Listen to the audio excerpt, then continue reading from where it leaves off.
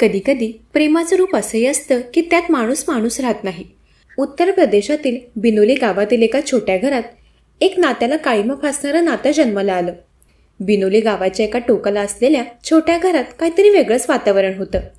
तिथे गप्पांची नाही तर गुप्त भीतीची सावली होती. घराच्या अंगणात सोनिया शांत बसली होती.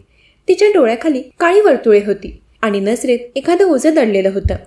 बाजूलाच तिची आई सरोज काहीतरी हळू आवाजात म्हणत होती. त्या दोघींच्या मध्ये एक अव्यक्त समजूत होती. काहीतरी मोठं घडणार होतं.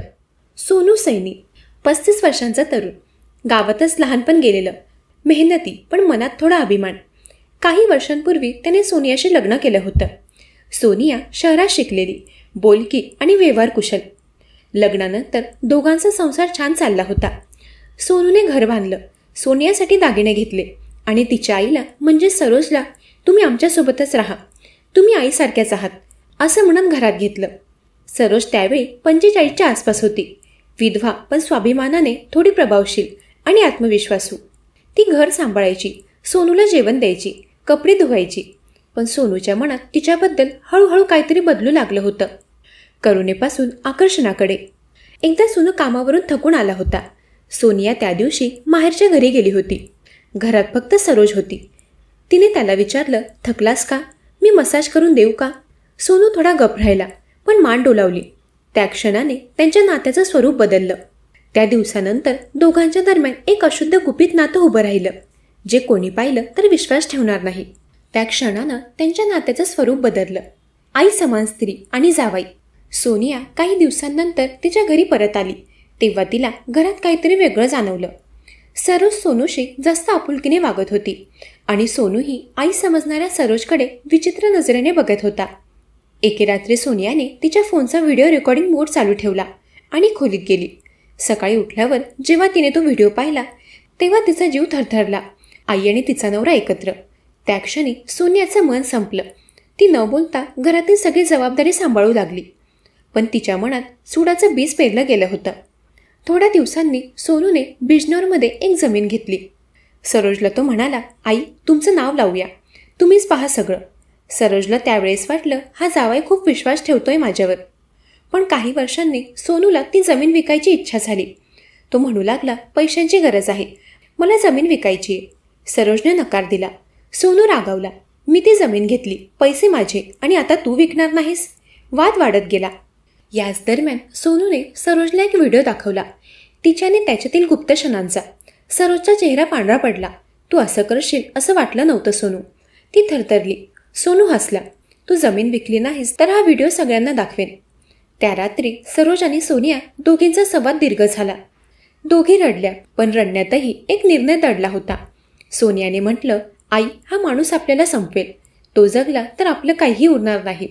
सरोज शांतपणे म्हणाली, मग त्याला जगू नको देऊ. त्या वाक्याने नात्याच्या अंत्यसंस्काराचा निर्णय घेतला. एका थंड रात्री सोनू घरी परतला. त्याने दारू प्यायली होती. सोनियाने त्याच्या पाण्यात झोपेचं औषध मिसळलं. सरोजने खात्री केली की तो गाढ झोपला आहे. दोघींनी त्याच्या गळ्यावर चादर ओढली आणि एकत्र दाब दिला. त्यानंतर भयान शांतता पसरली. काही क्षणात सर्व संपलं. त्या घरात फक्त 2 स्त्रिया श्वास घेत होत्या आणि एका पुरुषाचा देह निर्जीव पडला होता. सकाळी त्यांनी गावकऱ्यांना सांगितलं की सोनूने आत्महत्या केली. लगेच त्याचा अंत्यसंस्कार करण्यात आलं. पण धूर निघत असतानाही सोनियाच्या डोळ्यात भीती होती. दुरात तिच्या अपराधाचं सावट होतं. परंतु सोनूचा भाऊ मोनूला ही गोष्ट पटली नाही.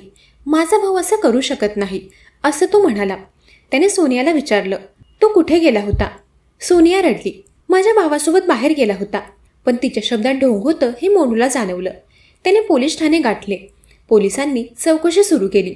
पहिल्या 2 दिवसात दोघेही काही बोलले नाहीत. पण चौथ्या दिवशी जेव्हा पोलिसांनी पुरावे दाखवले, घरातील पाण्याच्या ग्लासातील झोपेच्या गोळ्या आणि सोनूच्या मोबाईलमधील रेकॉर्डिंग्स, ते पाहून दोघींचं मन कोसळलं.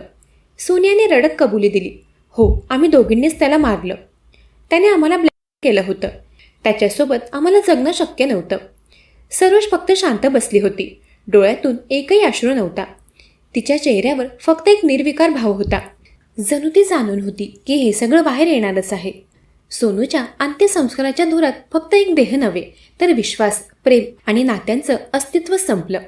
आईने मुलीसाठी नवऱ्याला मारलं, मुलीने आईसाठी अपराध केला.